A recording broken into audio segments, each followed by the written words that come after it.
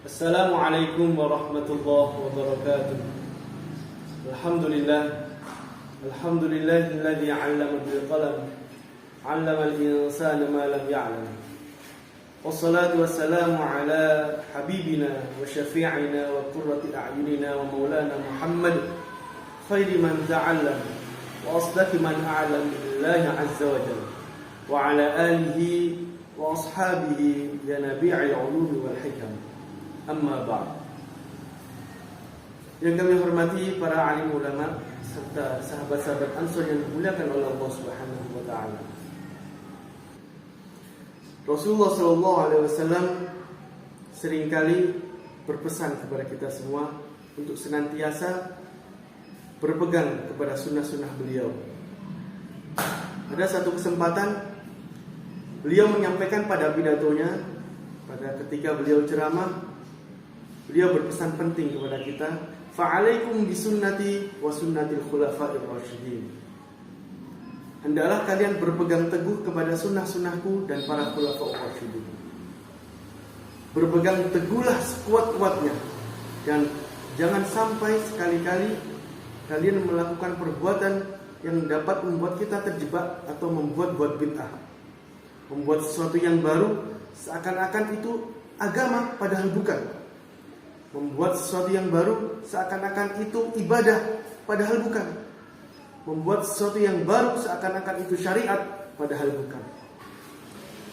Sahabat-sahabat yang dirahmati Allah, belajar secara terus-menerus, berhati-hati dalam melangkah menjalani kehidupan ini, itulah sangat penting. Sehingga kita bisa tahu mana yang termasuk sunnah Rasul dan yang termasuk bid'ah. Bagi orang-orang yang pernah mondok, yang setiap harinya mengaji tafsir, setiap harinya membaca hadis, tentulah mereka sudah tahu mana yang termasuk sunnah Rasul dan bid'ah. Akan tetapi, namun bagaimana dengan kita sebagai orang awam yang tidak mungkin selalu bisa mengaji karena mungkin banyaknya aktivitas, banyaknya kegiatan, atau mungkin bekerja untuk mencukup ekonomi kita sehari-hari. Maka hendaknya kita mengikuti para ulama, mengikuti para kiai-kiai yang berfaham ahlus sunnah wal jamaah. Sebagaimana kita di NU mengikuti Bahya Hashim Asy'ari. Dengan mengikuti para ulama dan para kiai, kita bisa yakin bahwasanya apa yang mereka sampaikan adalah dari sunnah Rasul. Dari ilmu yang mereka sampaikan kepada kita, mereka warisi dari Rasulullah SAW. Bahkan Rasulullah sendiri pernah menyampaikan, pernah menyebut bahwasanya para ulama ialah para pewaris para nabi. Al-ulama warasatul anbiya. Sahabat-sahabat Ansor yang dimuliakan oleh Allah Subhanahu wa taala. Contoh kecil, sebagian orang ada yang kurang mengerti dengan menyebut sebuah amalan sebagai bid'ah, padahal sejatinya itu adalah sunnah. Seperti halnya membaca surah Yasin untuk orang-orang yang sudah meninggal, untuk kerabat yang sudah wafat, padahal itu adalah sunnah Rasul.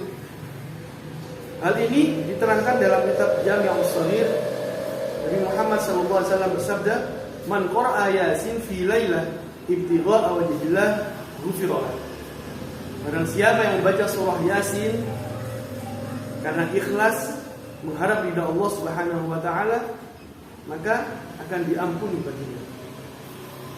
Juga diriwayatkan pula dalam kitab Bulughul Maram, Nabi bersabda, "Iqra'u mautakum Yasin."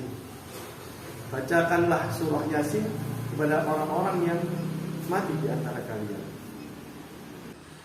Meskipun kita tidak tahu dalil-dalil tersebut, hadis-hadis tersebut, berkat kita mengikuti para ulama, berkat kita mengikuti para kiai-kiai yang berfaham ahlus sunnah wal jamaah khususnya, kita tetap yakin bahwasanya apa yang kita lakukan sedari dulu itu adalah termasuk sunnah-sunnah Rasul.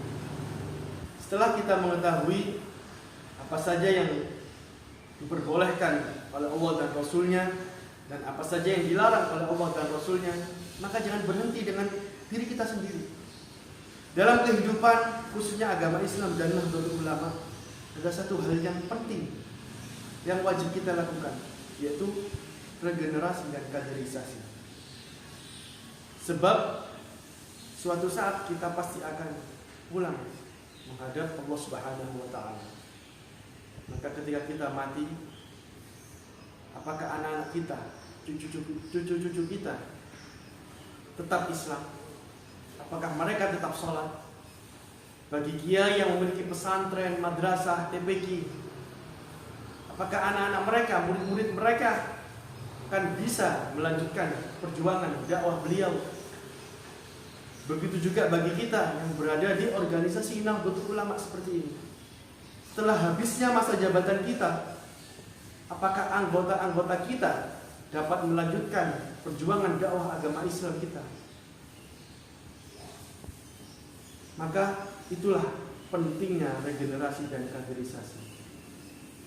Sebagaimana Rasulullah SAW sebelum beliau wafat, beliau sudah menyiapkan orang-orang yang akan menggantikan beliau dalam memimpin umat Islam, yaitu para khulafaur rasyidin. Dan Rasulullah sangat mengapresiasi, sangat menghargai anggota-anggota atau kader-kader yang kuat fisik, kuat mental, kuat iman, kuat ekonomi, kuat segalanya. Dalam sabda beliau, al-mu'minul qawi khairun wa habbu ilallah minal mu'minid dha'if.